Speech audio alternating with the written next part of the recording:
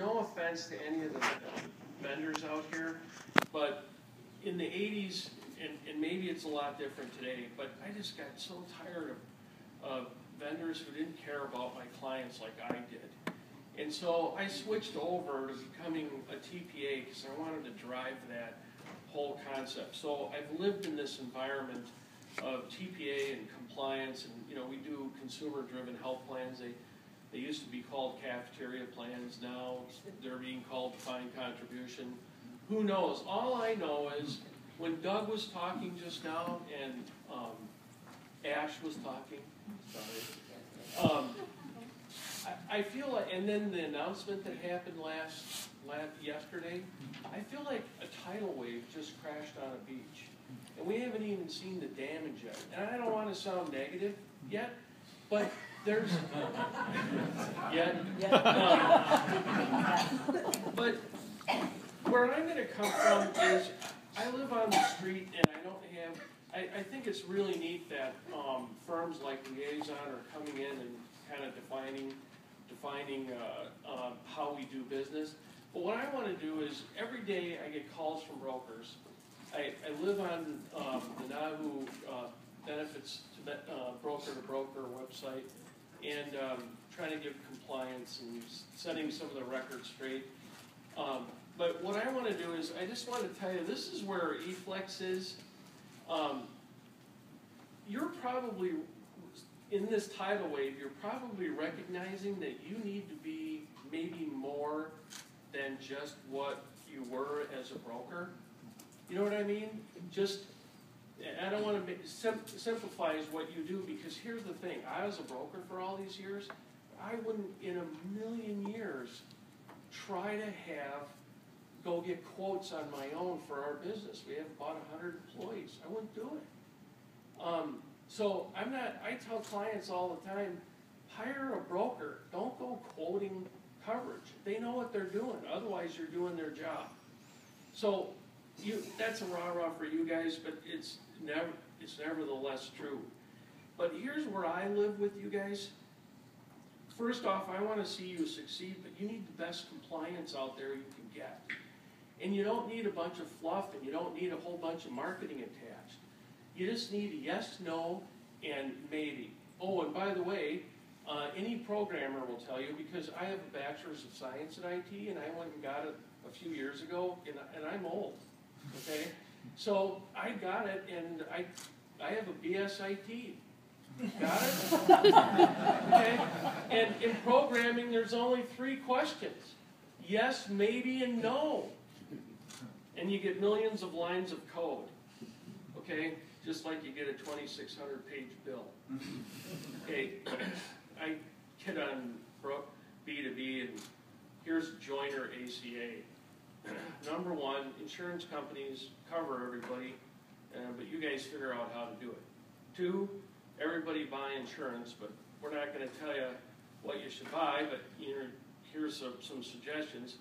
And sure isn't a guy sitting in a Wisconsin bar with an orange shirt, jacket, going deer hunting, going, I didn't know I needed well baby care. What do you think there, Sam? Okay, that was Southern. So anyway, my version. So I know, I'm sorry. But anyway, my point is that, and then the last thing is we'll try to give you some kind of subsidy. That's 3 pages, okay? I think the Constitution was what, 14? So 2,600 pages will tell you a lot. But anyway, that has nothing to do with anything. Anyway, up here is a paradigm, okay? This is where we live. And what we try to do in this target here is we try to provide you guys with compliance, okay? And we've enjoyed a long relationship with Adam Skegan. I'm not giving you guys any props, but I think you're one of the best PEOs out there, okay? And we have quite a few of them. Broker friendly, that's what I like to call them. So we want to give compliance both to you and your employer, because right now I was talking to Lena yesterday, and what I mean by you guys having to be more and do more You don't have to have all the answers, you just need to know where to get it. You know, IHC is a great place, know where to get it. Liaison is a great place if you've got something you want to pull together. But at the street level, you got to start with compliance because you got to know what's pre-tax. And we're going to talk about that. And then consumer driven, you need to have service. The problem with in our industry, in the TPA industry, there's giant roll-ups, okay? And roll-ups is a fancy word for everybody buying each other. But you know what's missing in all that? Is what comes down to what you guys are. You guys have service to your client at the street level. And that's what's going to distinguish you between anybody in the room and us as a TPA. We win awards because I'm not putting my name on this is a Wisconsin term, crap. Okay? And they even have cow chipping throwing contests. Okay? It's just an excuse to drink beer, just like deer hunting. So, anyway, and the other thing is you've got to have some technology. And you know what? I'm getting really tired of bright, shiny objects. Okay? You remember last year, at the beginning of last year, everybody was talking private exchange. You got to run around and get it. Well, what did that mean? What did a private exchange mean? How are you going to apply it? And Liaison was out there leading it, giving a great example. And so then it settled into the course of the year that maybe we didn't necessarily need a private exchange because maybe it would work for some of our clients, maybe not. And then ACA did a whole bunch of weird things. Now we're back. Maybe everybody's looking at the turn of the year. We need private exchanges again. So I'll just tell you from my level what a private exchange is. And then as you move through the target, we have to enroll employees, okay? There's lots of different tools and services. I like what Liaison was talking about, and I haven't ever seen a presentation by you guys. But at the same time, you've got to enroll all these products. And I could put in down on this target some products, but really that's your job. Okay, I'm not trying to do your job. I'm not trying to roll it all together, but we will help out. So, I love this guy. Okay, I look at my role with your client from where I was as a broker. When I call a vendor, I'm saying, hey, you know what, you're here by invitation, pal, and if you screw up just once, I can lose my piece of business and you're out of here. Okay, so we believe at our core that we're here by invitation only. So we believe in the private exchanges currently, the way they are right now, is you get the medical, all right? We, as eflex, can help you with consumer-driven health and the ancillary and the compliance. Keep that shiny object there. And then we represent eSwift as one of the premier enrollment companies in the country. Okay, I've known them since they started as a startup, and they've just done very well. We call it eflex Connect. All right, so again, this is my perspective. This is what I see every single day in working with you guys. So right now, we know, and this is what we've seen, it's very difficult to put in unless you're a very large company. Now, I'll get to this. It's very difficult to put in multiple health insurance carriers in a single employer. Okay? Now, and I talked to one of the guys that was involved in this, and did it with Garden Restaurants. And you saw the press releases, I can't remember the numbers, but United got about 80% of the enrollment, Aetna got 7%, and they wanted to pull out. I don't know if they still did. So really there's one health carrier in there. All right, so there's also, pressing on this, is a movement. Now again, I'm looking at it from a compliance standpoint and the TPA, because whatever you guys come up with, we have to help you figure out how to put the pre-tax pieces together. So became a movement to drop group health insurance in favor of individual medical coverage, okay? You've been hearing about it, and that's because of no pre-existing condition. Can I get that water over there? Thanks. One reason I moved to Florida is I really like humidity. And all the fish down there have really big teeth. And I really like that. Okay. Just don't grab a trout down there because they have canines. Okay, so anyway, so we went from with no pre-tax, and then, let's face it, individual policies have higher commissions. Okay, just follow the money. Follow the motive. All right. So, here's what happened. We had a chainsaw massacre. And it's called 2013-54. All right, now, I spent 3 days on the phone, and I don't even want to see my legal bill. And again, the 3 days is primarily because, again, our entire distribution channel is pretty much through you guys and PEOs, okay? So that 3 days was spent with lots of different attorneys trying to figure out what this thing said. And I asked one simple question, and finally I had to call the IRS themselves. Can you drop your group health coverage and still pre-tax individual health insurance? Yeah? No. No. Okay?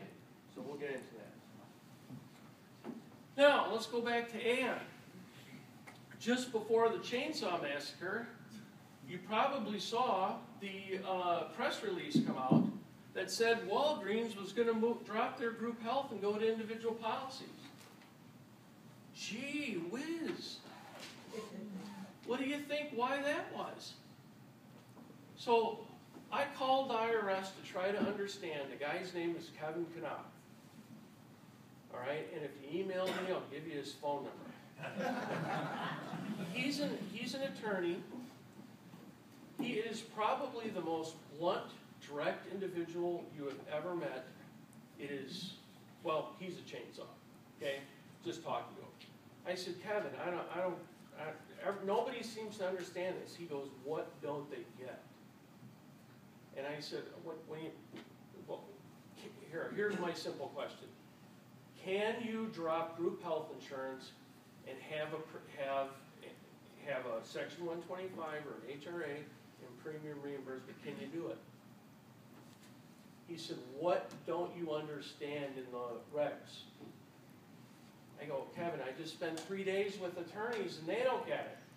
And he goes, look, the administration told us, because they're very concerned about the dropping of health insurance in favor of individual, which will blow up their whole system of what they're doing. He didn't add that, I did.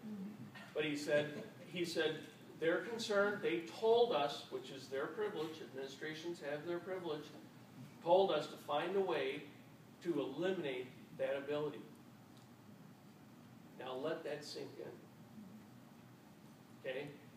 So what ended up happening is, he said, we created an employer payment plan. Okay? That's a new thing. So that started this whole thing. So right now, where you have to come from, this is where I'm at today, is trying to help get out to people the proper compliance so they can put in a private exchange or whatever else they need. Now, all right, Elena said, be really careful with this because you'll do that. So what I'm going to do is just give you a couple of training slides. Please, try to stay awake. Okay, now, you're going to be bombarded, and you probably are, by a bazillion things can you use those Section 105 plan to pre-tax individual insurance? You guys know the company that's running around saying that? Mm-hmm. Yep. Okay, do I need to address it? Okay. Many times. All right. No. It's an employer payment plan. Think, they just got rid of doing it in flex spending accounts and all that, right? What do you think a flex spending account is? It's a 105 plan. All right, so don't be fooled. That's all I'm telling you. And don't write on B2B tomorrow, hey, what about 105 plans? What about iron bars clanking shut, don't you get? All right. This is the chainsaw massacre, okay? So this is a one-page cheat sheet for you that you can post with your employees, okay?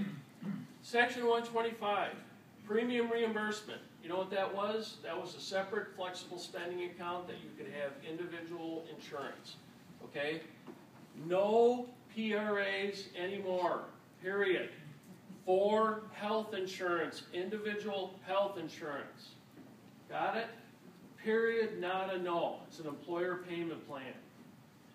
After-tax PRA is okay. Now, we'll talk a little bit about why in the world would you do an after-tax PRA? What Liaison was saying. People, if you just give salary to somebody, they don't consider that a benefit. That's like a right, just like vacation is. Okay? So, pre-tax PRAs for cancer, dental, and vision are still okay. So convert them. That's what we're doing. All right? The health flexible spending account is still okay if the employer offers group health. Get it? That's the key to 54, is understanding that it's about group health. All right? Now for HRAs, Elena found it. This is a legal term.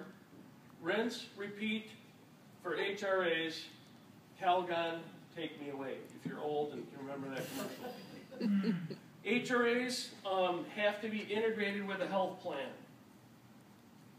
All right. So, again, the key is no group health, no health FSA. With me? And I swear to you, we just secured a domain. We are going to roll out a compliance suite of products for our brokers, and it's going to be called Banging Head Compliance Services. Telling you, you got to have a sense of humor to live where I do. Okay? So the next question is, what do you do if you don't have group health? Well, you guys are always coming up with new stuff. Now I hear that folks are possibly coming out with super skinny plans. And if nobody takes it, nobody takes it. But at least we offered it. Get it? So, convert, but what do you do if you don't have it? You can convert to a dental and vision FSA. All right? Because that's an accepted benefit. And who came up with accepted and not accepted? I was actually in a seminar and a lady shot back to me and said, you know, Rick, you're using that term wrong. It should be ACC. I said, please, get off the seminar. Wasn't that rude? That was supposed to be funny, you guys. All right. And you can still offer dependent care FSAs. So what about employees who waive the group health plan? Okay. Can they still have the flex spending account? Yes. Yes. I actually get calls from people going, well, this person didn't enroll in the health FSA, into the group health plan, so they can't have an FSA, right? No, they can have it. So, all right, if you want to know this, I can give you all the facts. It's all verified by Treasury, IRS, and eflex attorneys, and Groom Law, and then I added, and Rick too. but my marketing department took it off. After-tax PRA. So why would you do an after-tax PRA? Why don't you just give them salary? Okay, well, first off, Doug and Liaison were talking about this. Okay, you give people a piece of salary, and they're looking at it as an earned right. You can never take that back. And the whole idea behind defined contribution is to set a budget limit. And here's the thing, whether you do defined contribution in a formal manner like Liaison, or just show up and have your folks and put in their benefits, that employer is doing defined contribution. They're setting a budget. That's all they can spend. So whether you do it, whether you offer a bunch of choices and marketplaces and all the different things that are out there, the new shiny objects, I call them, whether you do that or not, somebody else is going to come through the door, and Adams Keegan said the same thing. They're coming through the door. They want that piece of business. So you better have it in your portfolio at least, or know about it. So if we do defined contribution and you don't have group health, but I want to I want to set up an after-tax PRA, we can control costs because you can change that number from year to year. It remains still a benefit to people. They still think of it as a benefit. And there's possibly less taxes, although I'm not a CPA, which I have an MBA, and one of my friends who's a CPA said, "Oh, I see you got your MBA now, and you know what that stands for, right?" And I said, "Well, yeah, it's a no," he says, "it's a mighty big, you could add." And I said, "Like CPA stands for car parking attendant?" He didn't like that. So, but we do generate consumerism. We need to teach folks to shop. All right, so two agent paradigms. Here's what I've seen on the street level. And it seems to happen, the brokers that are in the mid-size, large, and jumbo groups, Darden would be a jumbo group, are in a true defined contribution approach, and then the small group folks are being enticed to go the route of drop coverage for individuals, for individual policies. Some agents were really fixated on this thing. I guess I'm out of time. Tried warning you. Tried to warn me? I did. Oh. Several times. Oh. But you weren't watching. Oh. So when do you want me to shut up? Hurry. Okay. About 60 seconds. 60 seconds? Okay. So you've got these two paradigms. Then this is my definition of defined contribution. You always have to have some famous person's picture up. So this is me fishing in Glacier National Park, and those trout don't have canines. Okay, this is what we think the tools that you need are what we have in our portfolio. It's not as sophisticated as Liaison has because we can break all the different pieces around. We like you guys to keep more of the commission because we're like fee-driven, administration-driven. But you get a lot of this, award-winning service, expertise and compliance, blah, blah, blah. The problem with some of these enrollment setups is they can be 8 to 10 weeks, except if you bury the products in, which is my guess why you guys did that, right? Shortens the time frame down. So these are strategies for small group. We use Evolution's 1-1 plan, and then we have a little general agent. Mid to large size groups are here, and we can go over those with you at some point. Our mission is to partner with you guys to help you guys grow. We don't want to be the old TPA where we're looking for business from you. We want to get all these pieces together, partner with you, and grow your business. Because if you grow, we grow. These are our normal products that we have. We have one of the best HSAs, same one that Fifth Third Bank, United, or U.S. Kaiser, and a bunch of them have. But I don't think there's anybody better in compliance than we are. So this is me. And then I wanted to find out if you do me a favor. Because this tidal wave is coming. Things are changing for me, for you and us and everybody.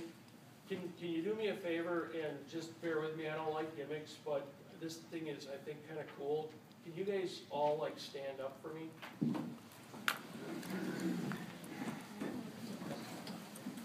All right, now I have to do this in something like. Here's what I want you to do. Draw a box just like this, nice and slow. Okay. All right, that box represents two things. First, that's your mental paradigm of where you're coming. Could be politics, could be the way you run your business, could be any of that. The next part of that is the constraints that you live in. That's your business, that's your marriage, that's whatever it happens to be. Now, what I'd like you to do is grab your box and put it off to the side. Okay? Now, go like this. And do a 360 scan in your seat. Okay?